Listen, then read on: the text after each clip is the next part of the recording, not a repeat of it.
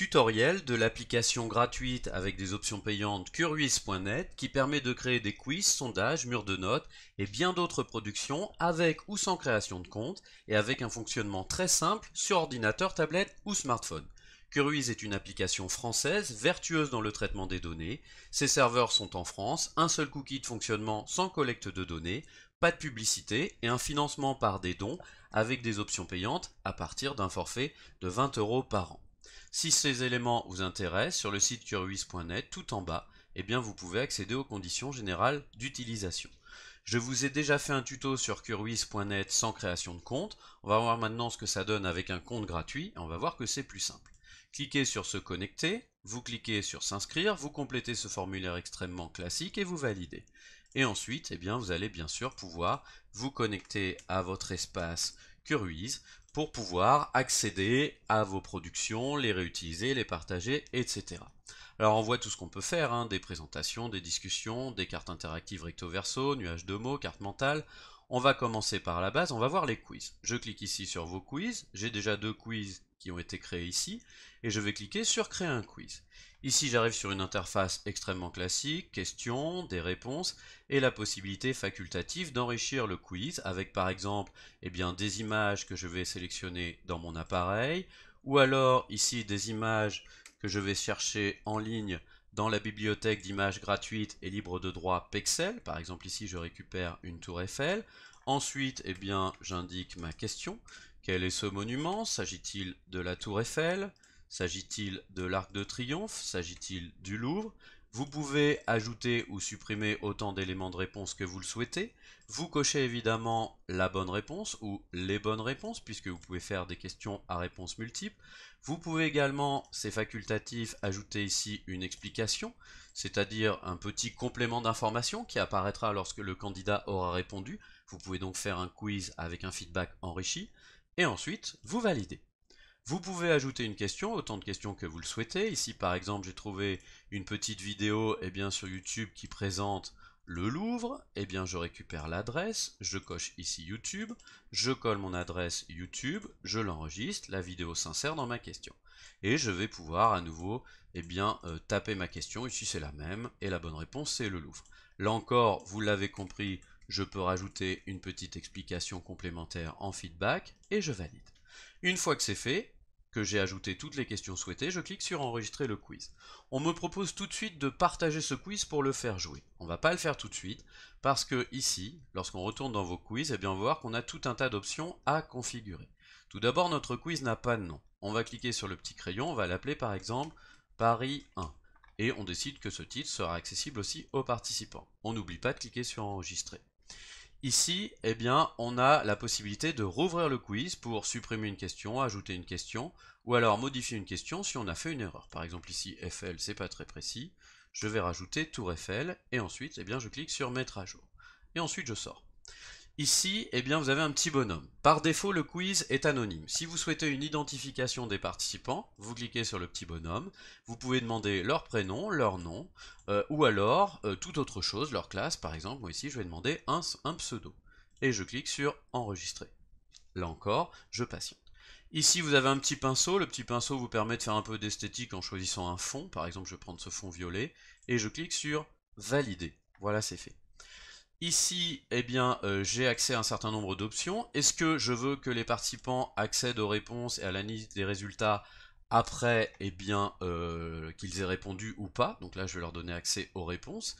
Est-ce que les questions, qui sont les mêmes pour tout le monde, sont posées dans un ordre différent, aléatoire? Ça peut éviter notamment trop d'échanges lorsque le quiz de feedback se fait en classe.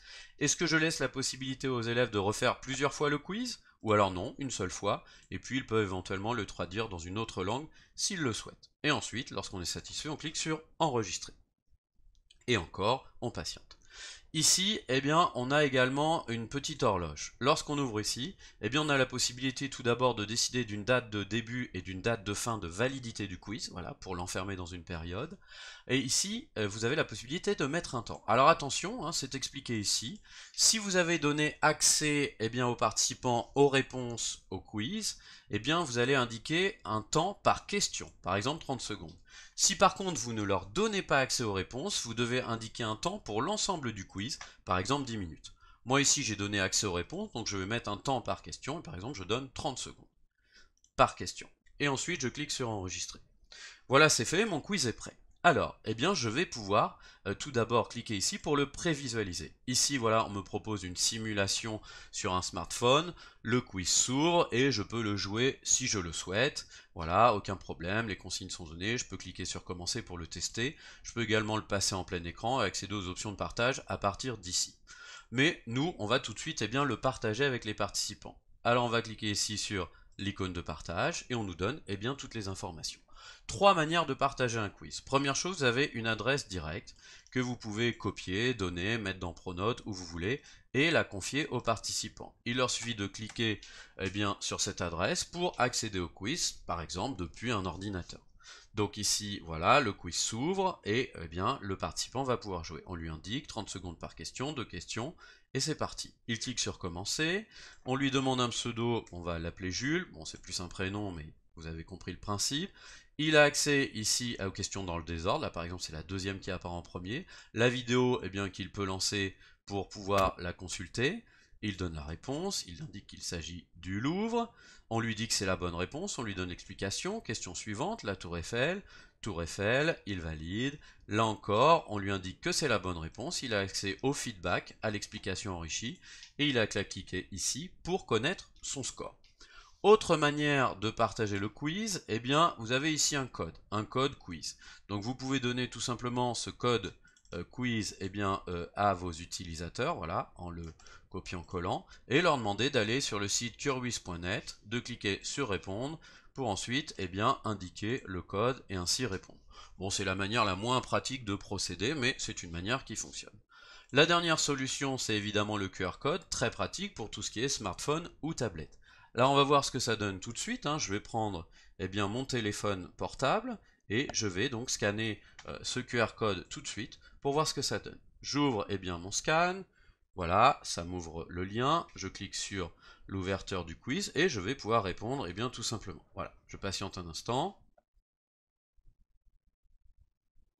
Voilà, donc ici Paris, je clique sur commencer, ici, voilà, je vais mettre mon prénom, donc par exemple ici je vais m'appeler Céline, voilà, je clique sur valider, ici on m'indique, voilà, une première question, hop, je vais mettre l'arc de triomphe, bon bah c'est pas une bonne réponse, je clique sur la question suivante, Tour Eiffel, et cette fois il s'agit, effectivement, d'une bonne réponse, j'ai le feedback, et à nouveau, je peux connaître mon score. Voilà donc pour ce qui est de la version smartphone. Une fois que tout le monde a répondu, vous retournez dans vos quiz et en cliquant ici, vous avez accès aux statistiques. Lorsque vous cliquez, vous avez ici les réponses de Jules, de Céline, une analyse globale et vous pouvez même avoir une analyse par question avec tout un tas de détails, donc c'est assez bien fait. Votre quiz, par défaut, lorsque vous cliquez sur la date, on vous indique qu'il est valable 6 mois, mais vous pourrez étendre cette validité jusqu'à 2 ans en version gratuite. Si vous voulez l'étendre davantage que 2 ans, il faudra payer les 20 € par an, ce qui n'est pas non plus fou. Donc si on clique sur valider, là on nous dit que c'est trop tôt pour demander l'extension à 2 ans et il faut faire ça un mois avant la limite. Alors, vous pouvez également décider d'importer un quiz. Alors, importer un quiz, c'est lorsque, par exemple, un élève a créé un quiz en version en version sans compte, ou vous-même, et que vous voulez récupérer ce quiz. Par exemple, ici, voilà un quiz qui a été créé en version sans compte. Il y a ici un code quiz. Donc, je le copie, je le colle, voilà, comme ceci. Et puis, ici, il y a le mot de passe qui va avec, voilà. Et donc, je vais pouvoir finalement absorber ce quiz dans mon compte pour l'intégrer. Voilà, je clique ensuite sur valider et je vais normalement récupérer le quiz dans mon compte. Voilà, c'est fait. Donc vous voyez, il a été intégré. Ah non, on m'a dit qu'il y a une petite erreur, peut-être ce quiz n'est plus valide, mais en tout cas, c'est la procédure.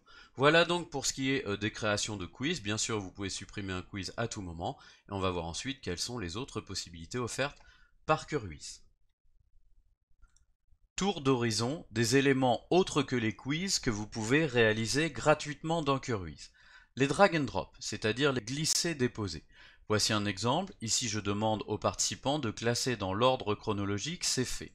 Pour partager, je clique sur l'icône de partage, soit le QR code si les participants travaillent sur smartphone ou tablette, soit comme ici, un lien de partage. Et le participant eh bien, va donc pouvoir glisser, déposer les différents éléments pour les classer eh bien, dans l'ordre. Il valide et ensuite eh bien, il peut continuer à travailler pour aller vers les bonnes réponses. Vous pouvez également réaliser des textes à trous. Ici, voilà un exemple de texte à trous. Le théorème de Pythagore, j'ai souligné à l'aide de l'icône 3 mots que le participant va donc devoir ajouter. Je peux lui indiquer ces mots en indice ou non. Voici ce que ça donne. Ici, donc, je retourne dans texte à trous. Là encore, je partage soit le lien, soit le QR code. Et voici ce que ça donne donc pour le participant. Voilà, qui se retrouve eh bien, avec donc ce texte à trous à compléter, avec ou sans indice. Ici, j'ai donné les indices, voilà, il s'agit donc de noter les mots au bon endroit.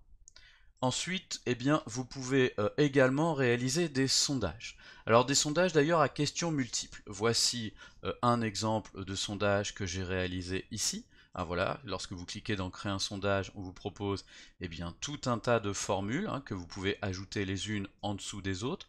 Voyons donc l'exemple, comme je vous le disais. Ici, là encore, je récupère le lien de partage et voici ce que ça donne eh bien, pour le participant qui se retrouve donc avec un sondage anonyme ou avec indication du prénom ou du nom, c'est vous qui décidez. Plat préféré, il coche, il peut ajouter un petit commentaire puisque je l'ai autorisé. Suivant, est-ce qu'il aime épicé ou pas trop? Oui, très épicé. Est-ce qu'il aime les épinards? Non. Et ensuite son dessert préféré, on va mettre les glaces. Et vous avez compris eh bien, le principe. On lui demande son prénom, Tom, validé. De sorte que, eh bien, vous pouvez récupérer ensuite vous les résultats. Ici, si je tape, eh bien, dans les résultats, pardon, c'est ici.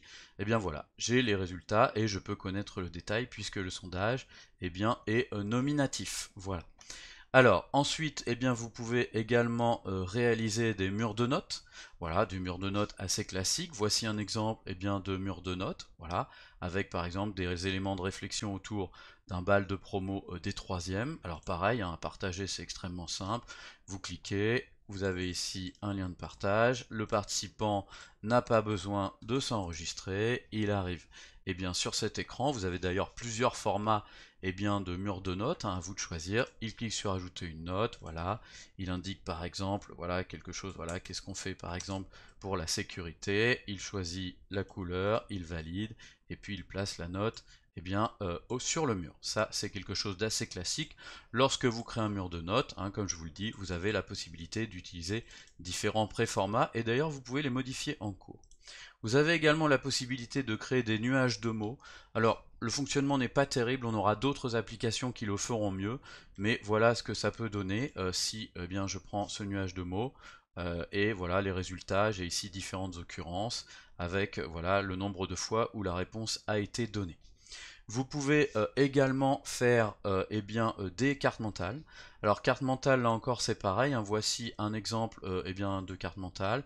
Voilà, vous pouvez finalement ajouter des nœuds, ajouter des liens. Si je prends donc un exemple déjà construit, eh bien voilà, ici j'ai ma carte mentale, voilà, elle est zoomable. Je peux éditer, voilà, je peux décider d'ajouter un nœud, je clique, je mets par exemple les fruits comme ceci. Voilà, je décide de mettre tout ça dans un cercle, je choisis une couleur et j'enregistre. Voilà. Pour ajouter un nœud, je clique sur ajouter un lien et je relie les deux éléments. Alors, c'est quelque chose de très très basique. L'avantage peut-être, eh bien, c'est qu'on peut partager cette carte mentale et qu'elle est collaborative. C'est-à-dire que si vous la transmettez à un participant, comme ceci, eh bien, il a lui aussi accès à l'édition. Voilà, et il peut lui aussi ajouter un nœud. Alors, parfois ça lag un peu et il faut parfois mettre à jour la carte mentale en rafraîchissant la page. Vous pouvez également créer des flip-flaps, c'est-à-dire des cartes recto-verso questions-réponses. Voilà, tout simplement, en indiquant ici ce que vous mettez sur une face et ce que vous mettez sur l'autre. Vous cliquez sur ajouter, vous en faites autant que vous voulez et vous sauvegardez. Voici par exemple un exemple, si on regarde ce que ça donne. Voilà, un petit exemple sur le vocabulaire d'anglais. Alors on ne peut pas ajouter d'illustration, on est simplement sur du texte. Vous pouvez enfin eh bien, ajouter des présentations.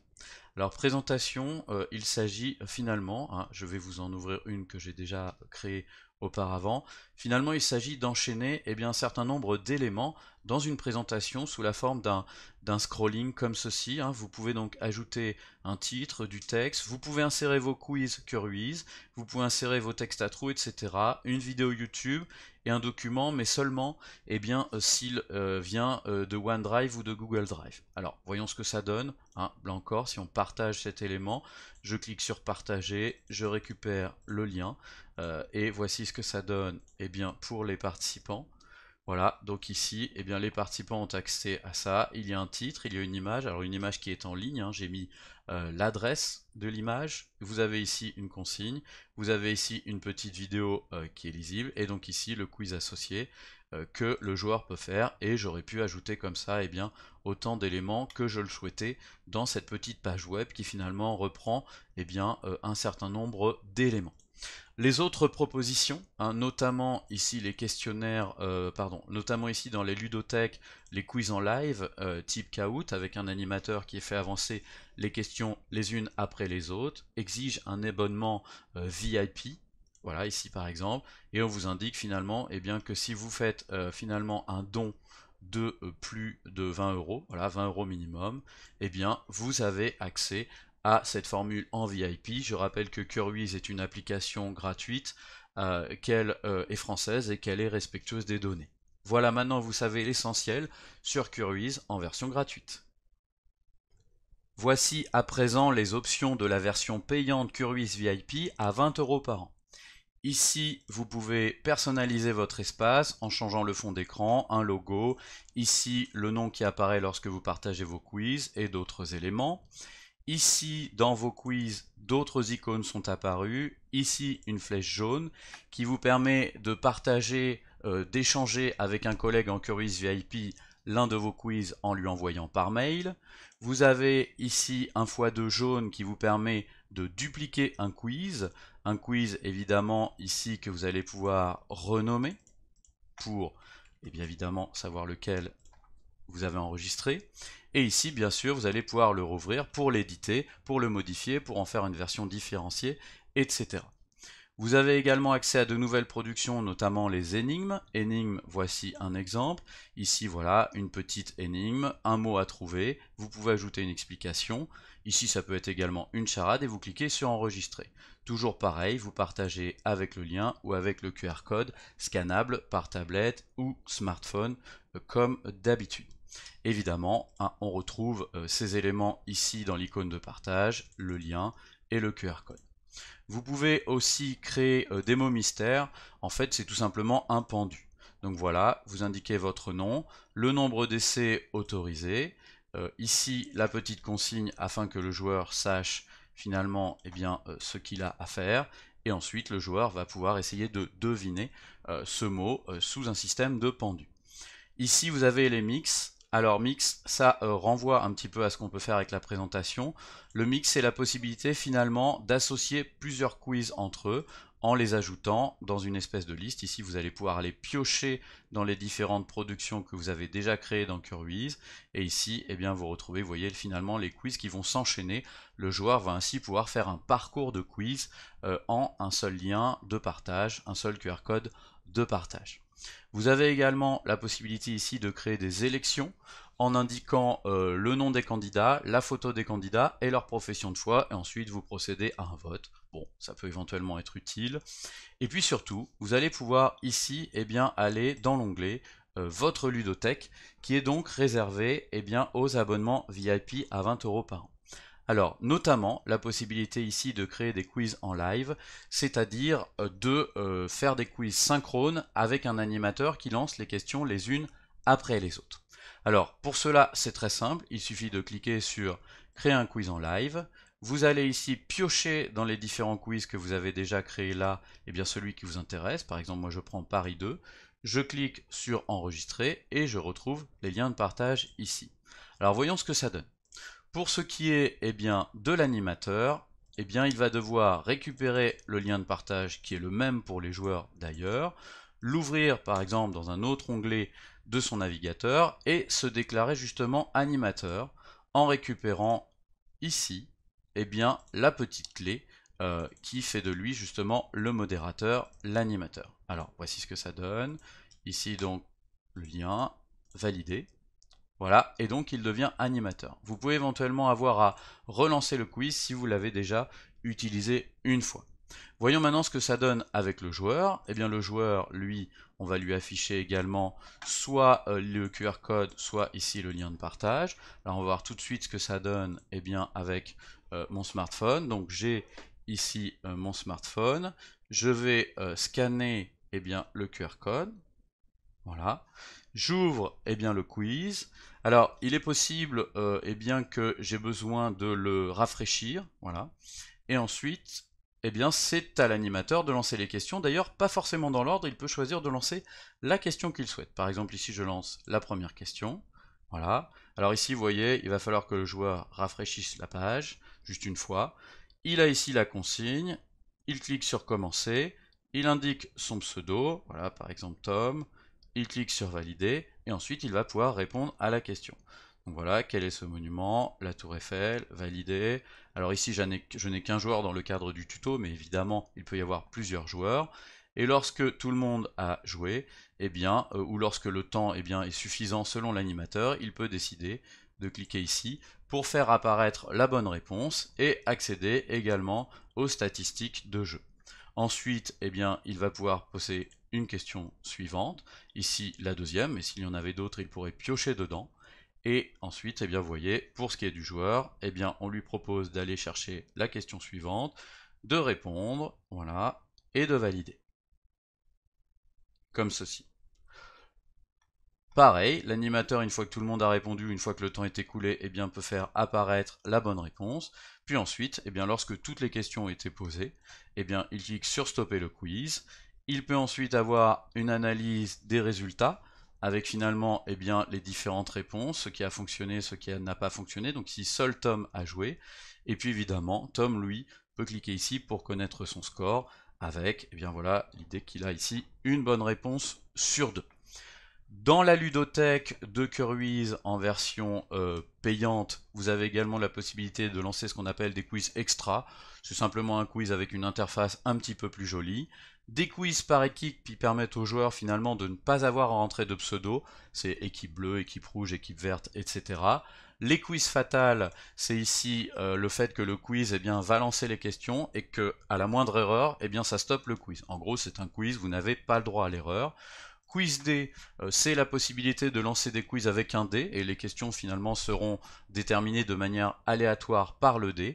Et puis pour ce qui est des quiz play, eh bien vous avez ici la possibilité, voilà, je vais en créer un, de finalement créer des quiz qui vont ressembler à ceci. Voilà, donc vous avez finalement eh bien, un quiz général, mais la possibilité également d'avoir des QR codes, un QR code par question.